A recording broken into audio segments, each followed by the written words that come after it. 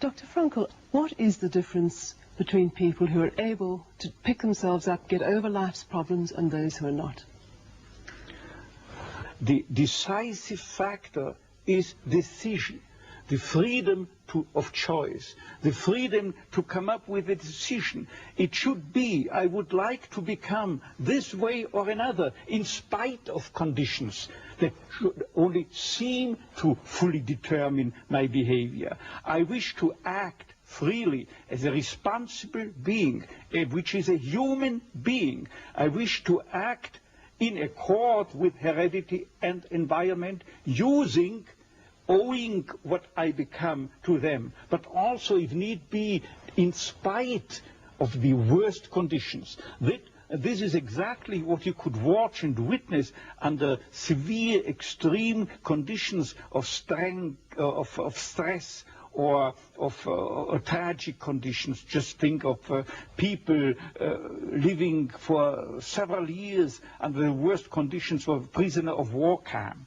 There's a whole body of psychiatric literature about that, or for that matter, in concentration camps. And this is what should be acknowledged. People are free, and if you watch or study the lives of such people in just a detached, down-to-earth, strictly empirical, scientific way and fashion, in another way than you presented it and you commented it, in another way, then people get the picture, the impression of a human being as something, not someone, something that is fully determined, whereas they don't recognize and acknowledge the freedom and the responsibility for themselves, the responsibility for making something or someone out of himself.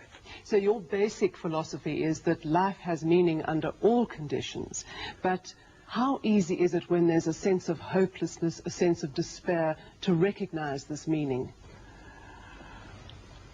Let me confront you with a somewhat strange definition of despair. As I'm used to proclaiming is that despair can be explained in terms of a mathematical equation.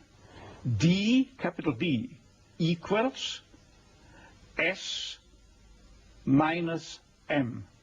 What does it mean?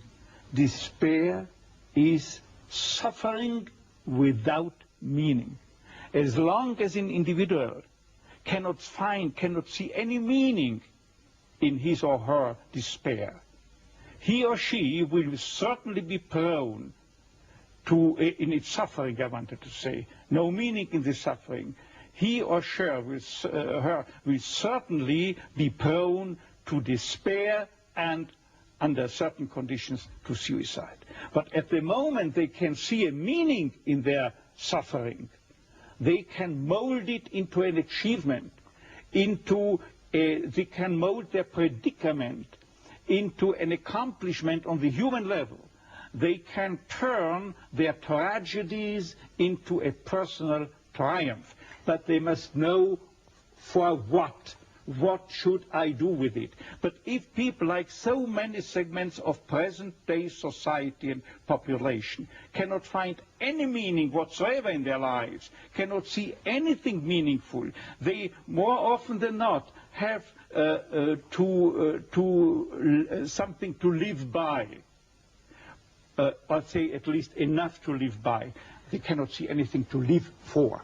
What is the answer to the question, why me? Why did this happen to me?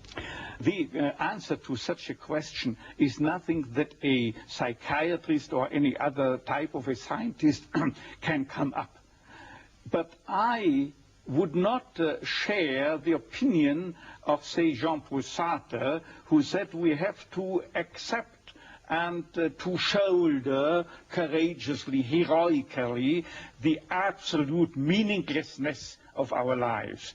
But what I think is rather that what we have to accept is the incapacity of our humanness, the incapacity to recognize the ultimate meaning in intellectual or merely rational terms. This is the only thing we have to accept.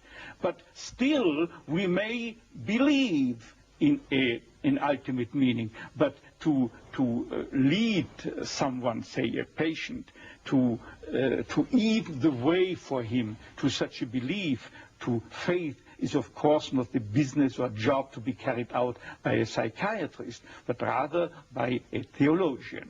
Tell me, to what extent do you feel we have choices in the things that befall us? Our freedom is a finite freedom, a limited freedom.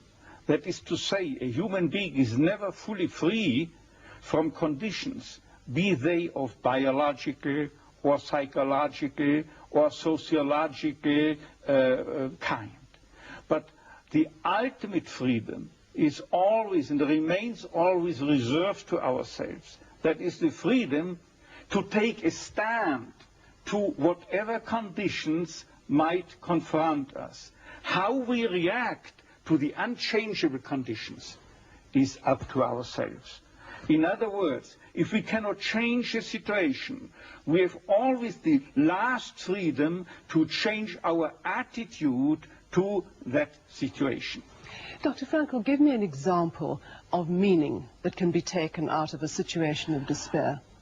I once received a letter from a young Texan student who told me his own story.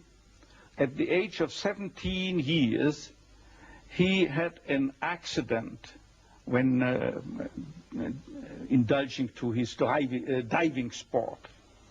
And from that time on, he was paralyzed from the neck down. And he wrote to me, "I broke my neck, but it did not break me. I am at present helpless, and this handicap will remain with myself apparently forever. But I have not given up my studies. I went, because of my own helplessness, to help other people. I want to become a psychologist, to help others. And I'm sure," he wrote to me, "that my suffering will add an essential contribution to my ability to understand others and to help other people." This man, three years later, was invited by me to deliver a lecture, to read a paper at the 3rd World Congress of Logotherapy taking place at the University of Regensburg in West Germany. He was brought in and with his wheelchair by a plane from Texas to West Germany and delivered a lecture under the title, "The Defiant Power of the Human Spirit." The last sentence read, "I know that this is true because that man was me."